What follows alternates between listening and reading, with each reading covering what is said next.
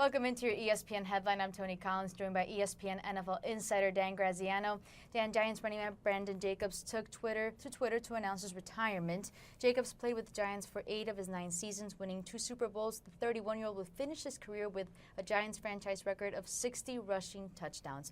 Why did Brandon Jacobs decide to retire at this point in his career? 31 is fairly old for an NFL running back, especially one that has gotten as much work throughout his career and has done as much tough running as Jacobs has for the Giants.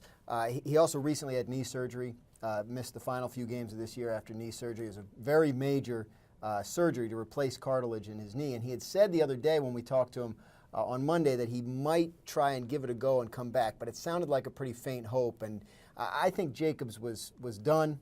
I think he was thrilled to get another chance with the Giants, which he never expected to get this year. And I think he felt like even though they went 7-9 and obviously would have liked to do better as a team, he got to end his career in the place that he wanted to. So how will Jacobs, who rushed for over 5,000 yards during his 8 years with the Giants, the 4th highest total in franchise history, be remembered as a Giant? Well, I think these Giants that won 2 Super Bowls, these last 2 Super Bowls, are going to be remembered extremely well.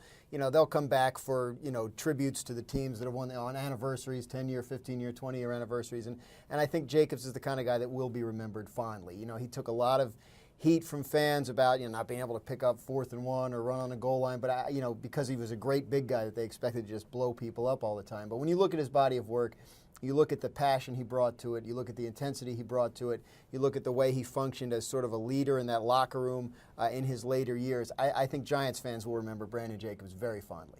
Now, Dan, the Giants ended their season 29th overall in the running game. What kind of moves do they need to make to turn things around next season? They have a lot of moves to make. The offensive line is a major sticking point for them. They need 3 new starters on the offensive line at least, and left tackle Will Beatty broke his leg in the final game of the season, so they don't know if that's going to cost him time in the offseason or maybe delay the start of his 2014 season. So they need to rebuild the line.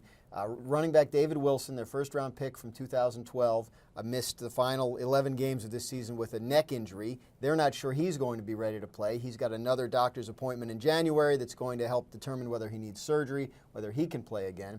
Andre Brown, who was kind of the co-starter, is a free agent, so they need to find at least 1 running back, maybe 2, in addition to the offensive line, and a tight end that can block a little better in the run game. The Giants have a lot of work to do this offseason. A lot of homework. Dan Graziano with the insight. The retirement of Jacobs was the second retirement of the team. Offensive coordinator Kevin Gilbride also announces he was retiring on Thursday.